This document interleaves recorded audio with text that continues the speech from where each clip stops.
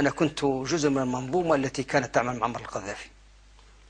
كانت هناك اجتماعات متتالية لخمسة أو ستة شخصيات، اللي هم وزير الأمن العام المرحوم عبد الفتاح يونس، ووزير العدل الماثل أمامك، ووزير الخارجية، ورئيس جهاز الأمن الخارجي، ورئيس جهاز الأمن الداخلي، ورئيس الاستخبارات، أنا سأسميك بالأسماء: عبد الله السنوسي، أبو زيد دوردة، التهامي خالد. كانت اجتماعات مكثفة للتعاطي والتعامل مع تلك الأحداث إن حدثت، وكان الكل يجمع على أن تلك الأحداث يجب أن يتعامل معها بدون استعمال القوة، سواء لدرجة أنهم يقولوا دعوهم يحرقون، دعوهم يتلفون، ولا تستعملوا معهم القوة مطلقا.